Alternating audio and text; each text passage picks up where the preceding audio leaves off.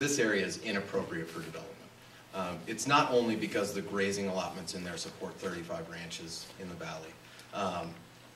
It's because there are tangible economic benefits beyond ranching. For our sportsmen, the Thompson Divide contains two of the most sought-after big game management units in the state.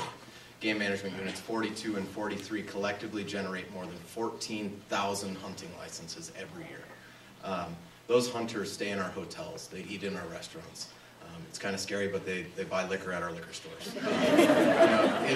The secondary economic impacts are significant, and I've actually pulled the most recent Division of Wildlife numbers on fishing and wildlife impacts in the relevant three county area.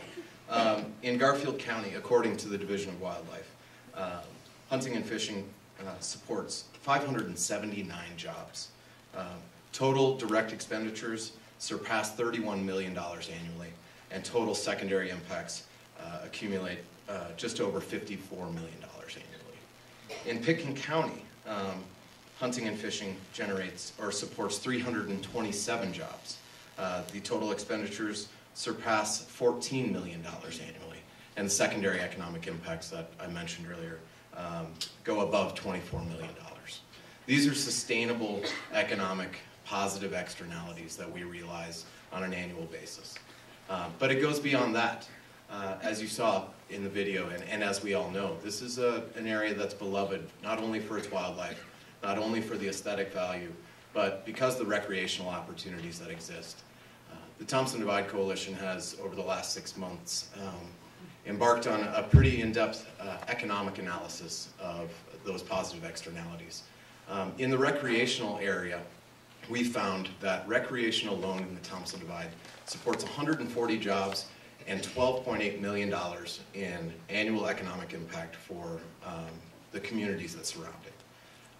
Again, these are sustainable economic impacts that provide our families with jobs. They support our local economies, and it's something that I think we need to recognize before we go in and develop the area. The Thompson Divide, and I know I'm running out of time, but the Thompson Divide Coalition, as most of you know, offered to create a third way. Rather than outright fighting with the industry, we've offered $2.5 million, which were the costs of public record, to essentially make leaseholders whole on their investments in the area. That offer's been on the table for over a year now, and we have yet to receive a single counteroffer from industry. In the meantime, industry leased acreage within the Thompson Divide on a 10-year term. We've seen little to no diligence in the area, which is required by federal law. And now, essentially, we've seen a request by two industry members to put those leases on hold. We want to reimburse industry for their investment. We want to make them whole, and we want to recognize that there is a value to these minerals. But time is running out, and we need industry to work with us.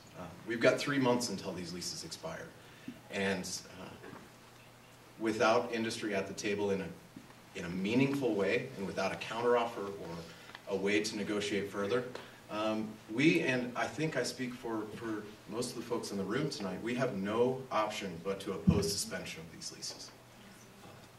Thank you all for coming. Please find more information on our website,